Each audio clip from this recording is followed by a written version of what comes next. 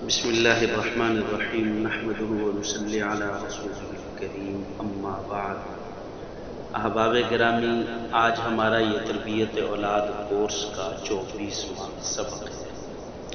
اور اس 24ویں سبق کے اندر ہم آج 7 سال سے اوپر جو بچے ہیں ان کے تربیت کے متعلق 4-5 اصول پڑھیں گے۔ سب سے پہلی بات تو یہ ہے کہ آپ اپنے بچوں کو سمجھائیں کہ بچے ہم مسلمان ہیں اور ہم اللہ رب العزت پر ایمان رکھتے ہیں، اللہ وحدہ لا شریک ہے، اور حضرت محمد صلی اللہ علیہ وسلم آخری نبی ہیں، اور ہم سب اللہ پاک پیغمبر محمد عربی صلی اللہ علیہ وسلم کے امتی ہیں۔ تو اسی طرح نمازوں کے متعلق میں نے جیسے پہلے آپ کو ذکر کیا تھا، دینی تعلیم میں ان کو نمازوں کے متعلق اور نمازوں کی فرضیت سمجھانا، تو اس کے ساتھ ساتھ ان کو جمعے کی دن کی فضیلت اور جمعے کی نماز کی فضیلت بتائیں،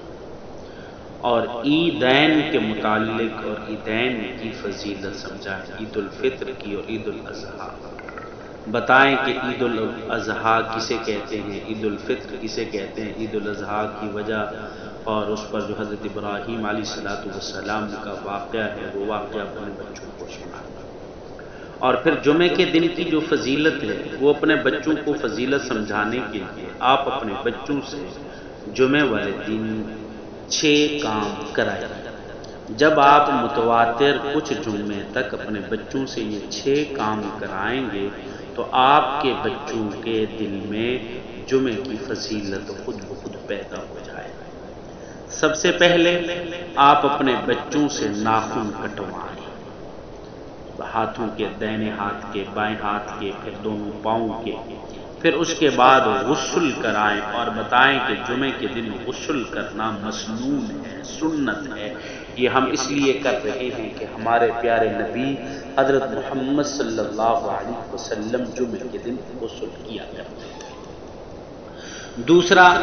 تیسرے نمبر پر اپنے بچوں کو صاف ستھرے کپڑے جمعے والے دن پہنائیں۔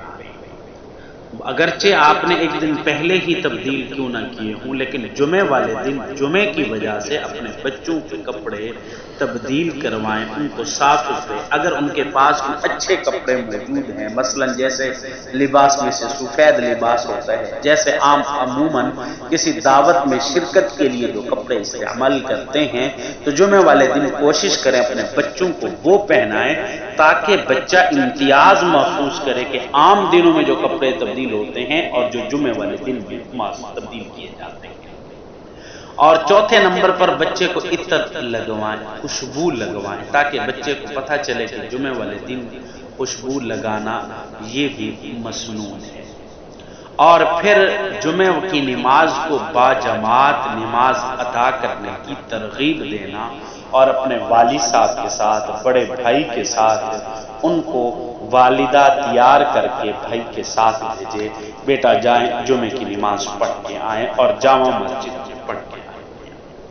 اور آخری نمبر پر بچوں کو بتائیں کہ جمعے کے دن درود شریف کی کثرت کریں۔ اگر بچہ کچھ بڑا ہے تو مکمل درود شریف یاد کر سکتا ہے تو اسے درود ابراہیمی یاد کرائیں، اگر درود ابراہیمی نہیں کر سکتا تو پھر اتنا کافی ہے کہ اللہم صلی علی محمد النبی الامی وعلی آلہ وسلم تسلیما، اور اگر بچہ اتنا بھی نہیں تو پھر صرف اتنے الفاظ صلی اللہ علیہ وسلم، صلی اللہ علیہ وسلم، صلی اللہ علیہ وسلم، یہ الفاظ بچے کو کہیں کہ جمعے والے دن اس کی کثرت کریں تاکہ بچے کو معلوم ہو کہ جمعے کی فضیلت اس میں یہ ہے درود پڑھنے کی، تو اس سے ایک شوق پیدا ہوگا۔ اور پھر دوسرا اس کے بعد جیسے عید کا دن ہے، عید الفطر اور عید الاضحیٰ کے متعلق اپنے بچوں کو بتائیں، اور پھر عید ملن پارٹی جسے ہم کہتے ہیں کہ عید کے موقع پر اپنے بچوں، اپنے دوستوں کو، اپنے رشتہ داروں کو گھر میں دعوت دیں، دعوت دے دیجئے اپنے رشتہ داروں کو، اپنے دوستوں، بچے کے دوستوں کو،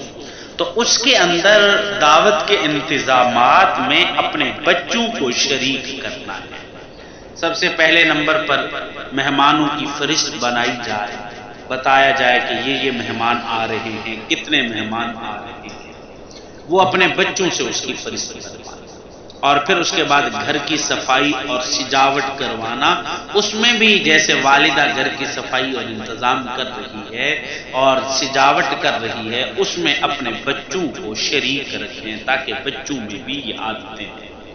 اور جب کھانوں کا انتخاب کے مہمان آئیں گے تو مہمان کے لیے کون سے کھانے تیار کرنے چاہیے، کون سا کھانا ہونا چاہیے، تو کھانے کے انتخاب اور کھانے کی تیاری کے اندر اپنے بچوں کو ضرور شریک کریں کام کاج میں، کہ بیٹا کون سا کھانا اچھا لگے گا، میٹھے میں کون سا ہوگا، نمکین میں کون سا ہوگا، سالن کیا ہونا چاہیے۔ اچھا جب والدہ تیار کرنے لگے، بیٹا پانی بھر کے آؤ، بیٹا یہ چمچ اٹھا کر دو، یہ چھوٹے چھوٹے کام اپنے بچوں سے، بیٹی سے، بیٹا سے کرائے جائیں۔ اور پھر اس کے بعد اگر وہ جب مہمان آئیں تو پھر مہمانوں کے ساتھ بچوں کو کہا جائے کہ آپ نے ان کو سلام کرنا ہے، ان سے ملنا ہے، ہر ایک کو الگ الگ آپ نے سلام کرنا ہے۔ تو یہ ساری سرگرمی، اس ساری سرگرمی سے آپ کے بچوں کو کیا فائدہ ہوگا، اس کے متعلق ذرا سنیے۔ اس ساری سرگرمی سے آپ کے بچے ملنسار بنیں گے اور بچوں میں خوشیاں بانٹنے کی عادت بنے گی، کیونکہ جو انسان خوشیاں بانٹتا ہے، ملنسار ہوتا ہے، تو وہ دنیا میں کامیاب ہے۔ تو اس لیے فرمایا آپ کے بچوں کے اندر یہ عادتیں بنیں۔